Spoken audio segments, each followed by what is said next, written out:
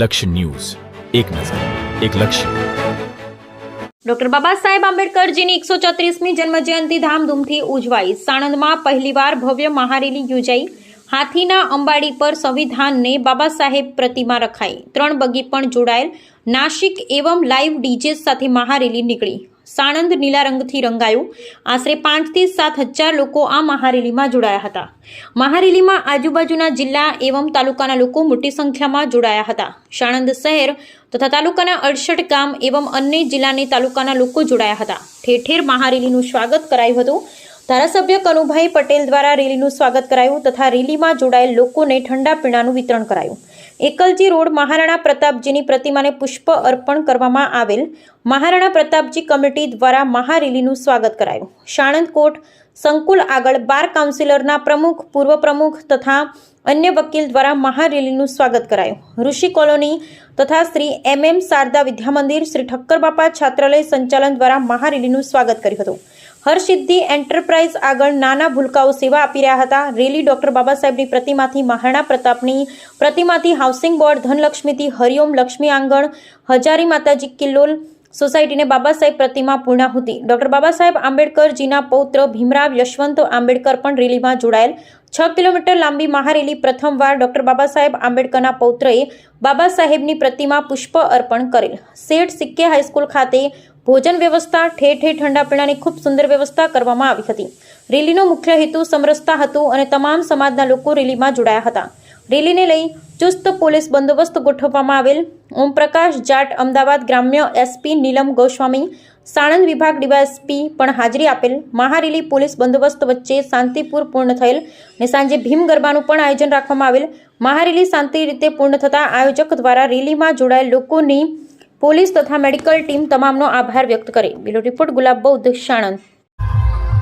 આજે બાબા સાહેબની જયંતિ નિમિત્તે સાણંદની અંદર સમાજ તરફથી જે રેલી અને સૌહાર્દની એક મશાલનું આયોજન કરવામાં આવ્યું, જેમાં તમામ સમાજના આગેવાનોએ બાબા સાહેબનું સન્માન કર્યું અને ત્યાર પછી રેલીમાં જોડાયા અને ક્ષત્રિય સમાજ દ્વારા મહારાણા પ્રતાપના સ્ટેચ્યુ આગળ ખાસ પાણીની ઠંડા પીણાની વ્યવસ્થા કરી હતી અને દલિત સમાજના તમામ આગેવાનોએ મહારાણા પ્રતાપના સ્ટેચ્યુને હારતોડા કરી મહારાણા પ્રતાપની જય બોલાવી, સામે બાબા સાહેબની પણ જય બોલાવી અને તમામ સમાજની સૌહાર્દતા જળવાય, સંમેલન જળવાય એ રીતનું આજે આયોજન કરવામાં આવ્યું હતું અને આખાય ગામના વેપારીઓ, તમામ સમાજના આગેવાનો આ પ્રોગ્રામની અંદર હાજર રહ્યા હતા. તમામ પોલિટિકલ પાર્ટીના આગેવાનો પણ આ કાર્યક્રમની અંદર હાજર રહ્યા હતા. મારું નામ ગિરિરાજ ચાવડા છે. આજે સાણંદ શહેરમાં એક બાબા સાહેબ આંબેડકરની જન્મજયંતિ નિમિત્તે એક જાહેર રેલીનું આયોજન કરવામાં આવેલું હતું. તો એ રેલી સાણંદ બાબા સાહેબ આંબેડકરના સ્ટેચ્યુથી થઈ અને આખા સાણંદ શહેરમાં ફરી અને પાછી સ્ટેચ્યુએ રિટર્ન જવાની હતી. એ રીતનો આજનો પ્રોગ્રામ હતો. બહોળી સંખ્યામાં આજે લોકો બહાર નીકળ્યા અને બાબા સાહેબની જન્મજયંતિ નિમિત્તે સૌએ ખૂબ ઉલ્લાસથી તેમને વધાવ્યા છે અને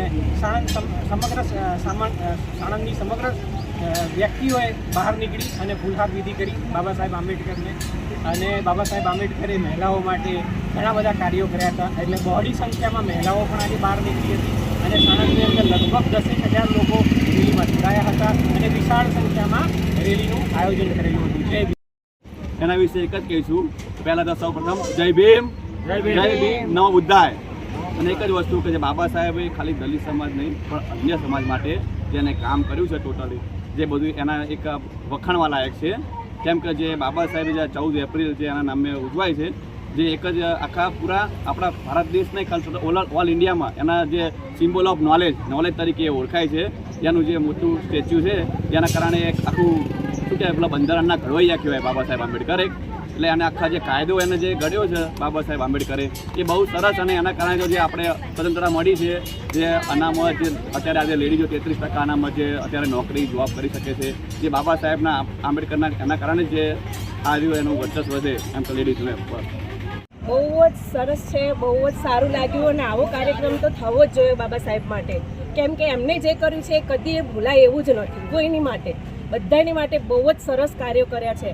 જે આ લેડીઝો અત્યારે જે ફરી શકે છે જે સ્વતંત્રતા મળી છે લેડીઝોને એની માટે તો બહુ ખૂબ જ એમ કે આભાર માનવો જોઈએ બાબા સાહેબનો, કે જીવીએ ત્યાં સુધી બાબા સાહેબનો એમનો આભાર માનવો જોઈએ કે લેડીઝો અત્યારે રાત્રે સુધી ફરી શકે છે એકલી, કે આપણા ગુજરાતમાં તો હજી બહુ જ સારું છે અને તો બી એટલે બાબા સાહેબ જે પણ કંઈ કરે છે કામો કે આપણા સમાજ માટે કે બધા હું એમ કહું છું કે સર્વ હિન્દુ માટે તો બહુ જ સારા કાર્યો કર્યા છે એમનું તો ભારતમાં નહીં પણ બહારના દેશોમાં પણ એટલું બધું નામ છે, એટલું બધું લોકો માને છે, શિક્ષિત કર્યા છે અને શિક્ષિત થવું જોઈએ એવું કહેતા હતા. અને સાચી વાત છે, અત્યારે શિક્ષિત ના બનીએ તો કંઈ જ કામનું નથી. એટલે છોકરાઓ ભણાવો, છોકરીઓ ભણાવો અને શિક્ષિત બનાવો. બાબા સાહેબ એમ જ કહેતા હતા કે શિક્ષિત બનશો તો જ આગળ થશો, વધશો અને કંઈક થશે તમારું કલ્યાણ. બસ એ જ છે કે શિક્ષિત બનો અને સારા બનો તો જ સારા તમે કર્મો પણ કરી શકશો, કેમ કે તમને જ્ઞાન હશે શિક્ષાનું કે તમે શું કરો છો એ તમને ખબર હશે. શિક્ષણ હશે તો જ તમે બધું કરી શકશો.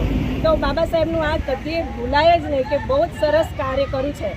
એટલે બાબા સાહેબને તો બસ સત નમન છે.